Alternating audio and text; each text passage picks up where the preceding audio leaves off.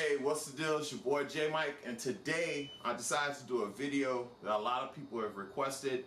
Some of it off of legend from what they heard about at Raw Nationals in the primetime warm-up room. See, people saw me bust out my homemade Thera gun. So I've been saying for a while that I'll show you guys how I actually went about making it, or converting a everyday household tool into one of these products that you guys see all on social media. They range anywhere between the prices of $300 all the way up to $4,000.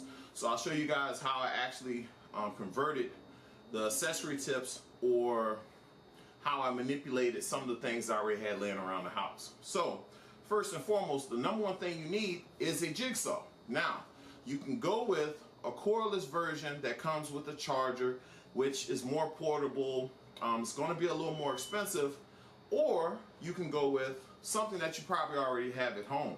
It's the everyday jigsaw that most people have in their garage. Something like this runs anywhere between $30 and $50, and most people already have them. But the problem with most of these is that they've been used already, so they're extremely dirty, got dust and sawdust all in it. They have a cord, and they're typically a lot heavier than what you can get with a cordless version. So originally I had set out to use this, but then I started noticing all the disadvantages to using it. One, it's extremely loud. Two, it has a cord, and if I'm trying to prep myself before a meet or something, I don't have time to find wall sockets or tell people, hey, excuse me, could you watch that cord while I massage or give myself therapy. So this is an option if you don't have a lot of money laying around. This is a pretty good option. Now, for the option that I use, and I went through a few of them, and I decided on the Roby. The Roby itself runs right around $59, so I saved about $60 with tax, $65 with tax. And it doesn't come with a battery. You have to buy that separate, which you get a charger and a battery right around for $59 as well. So you're looking at it right around $130 to get started. It'll also come with a blade as well, which we use to put the attachment on. But I recommend using the Bosch tips. And originally I was using these to make these bits when I first started. But as you can see, the blade is actually really dangerous, and actually kind of crazy that I was actually using this. But I'll get into that a little bit later. But the ones I went with was one that Bosch carries. It's basically for ceramics, and instead of having a jagged edge, it has more like sandpaper on the other side, which is still can mess you up, but it's less dangerous than using a regular T-blade or something of that nature. So that's what I went with. So now show you some of the products that you're going to need in order to make this blade, or make the attachment that's going to work with your jigsaw, so you can have the therapeutic benefits of some of these guns you see on Instagram. Now, first and foremost, you're going to need a glue. Now, originally when I first came up with the concept to do this, I was using super glue, or the Gorilla Glue that acts more like the super glue. But in the process, I didn't understand or realize that this particular glue expands 4 to 5 times what you put down.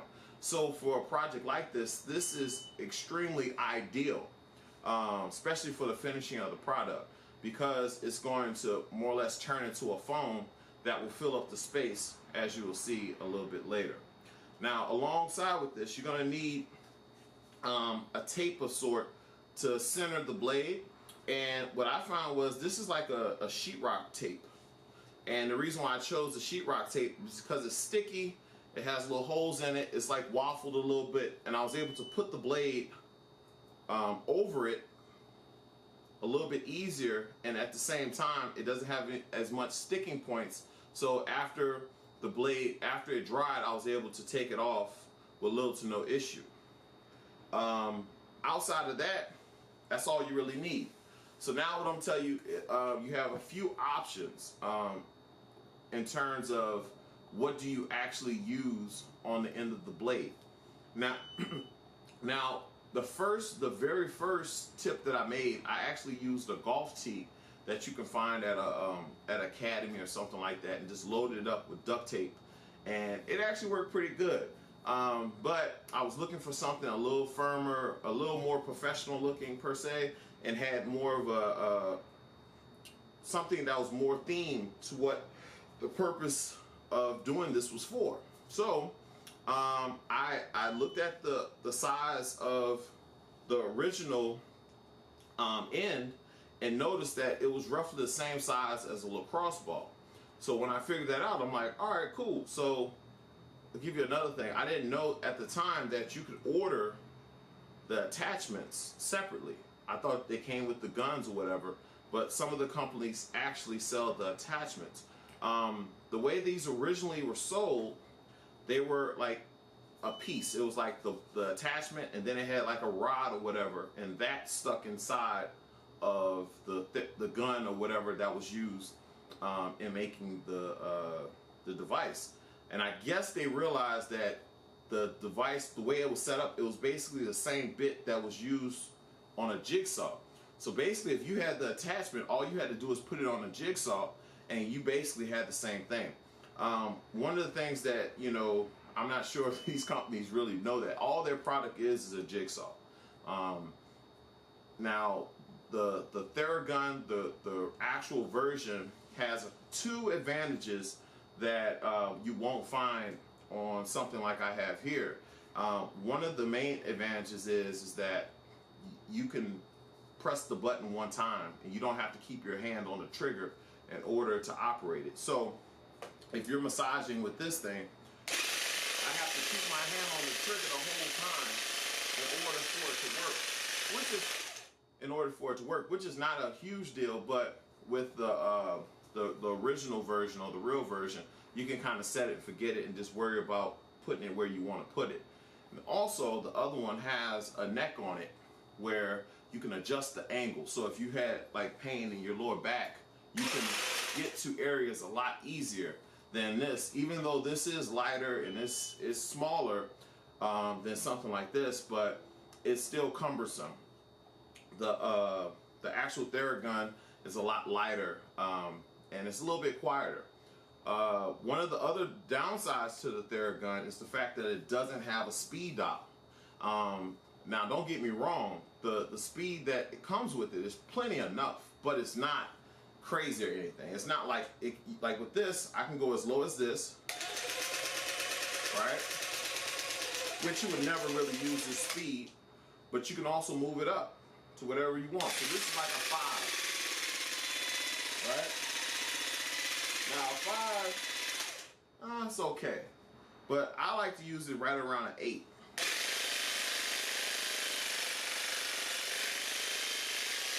Now, for me, an 8 is pretty much the same speed that you'll find with the actual Thera gun. But if you want to get just absolute stupid with it, you can blast this down to 10. Right? Now, I probably wouldn't recommend that, but you have that option. I like the fact that you can vary it with the different settings on an actual jigsaw. Now, I did footage of making this from scratch and it got lost. Now, if I do have it, I'll try to put it in a corner of a video or split screen it or something so you guys can see what actually happened. But I'm gonna start off with one of the first ones that I actually made was with a lacrosse ball. Now, the deal with the lacrosse ball is that it's solid. So what I did was I took a bit, drilled a hole into the bit, created a little bit of room to where I can get a blade in. So pretty much what I did was I just took that little hole, I pressed against the ball to open up the hole, and basically stuck the Gorilla Glue down into the hole, and then stuck a blade in. And when I stuck the blade in, got into where it was deep enough to where when I hooked it up to the actual jigsaw, that it was enough clearance to where when it went back and forth, it wouldn't hit. So therefore, I was going to be clear. So this was originally perfect, and then I started noticing some of the disadvantages to it at Raw Nationals. Is that it's so hard that it beat me up. I was cramping really, really bad, and I was trying to get those muscles to loosen up and lactic acid, to alleviate my body, but it kind of beat me up, and I think it could have affected my bench press, because if you guys follow me, you'll know I only bench press 562 at Raw Nationals when I was looking to go over 600 pounds. So I found that this was a lot harder. So then I looked online and noticed that the Thera sells their attachments individually now, and pretty much what the back of the Thera, it looks like a tool. It looks like a wrench, or a socket. That's exactly what it's like, a socket. It has the same diameter of a socket. And I kept looking. I was like, damn. I was like, what can I do with this? How am I going to find something to stick in there and be able to hook it to the jigsaw? And then I just kept thinking. And then I was like, you know what? All I have to do is figure out a way to stabilize it. And I used the tape for that. So I applied the glue, right, halfway up, because it's going to swell in size. And that was the thing I didn't do at first, or understand that this was going to happen. So after it dried, it actually did this. It kind of frosted over, but that's no problem because you can always cut that down. But what I did was I just placed the tape over it, so I was able to center it and then kind of mark exactly where I wanted it, and then it wouldn't move. But what I did find out is that through the night, with it expanding, it did move the blade a little bit. Now the thing with this glue is it can dry fast, but if you're using it in this manner where it's so much glue, it takes a long time for it to dry. So it almost takes probably around 2 days of staying out before it's going to be in its final form. So what I would recommend doing is putting the glue in, putting the blade in as straight as you possibly can, but just monitor it, because what's going to happen is the top is going to dry before the bottom does. So that when that happens, then you kind of set it to where you want it, because then it'll have a greater chance of staying still without moving. And I wish I would have did that on all of them. So I just actually put it in something like this, and I let it dry overnight, came back, and it was in its final form. So now the thing with the Thera products is that they sell them in 4s. So for 4 of these, you're going to spend about $45, which is expensive. When you think about a lacrosse ball might cost you $2 to $3, these roughly going to cost you about $11 a piece.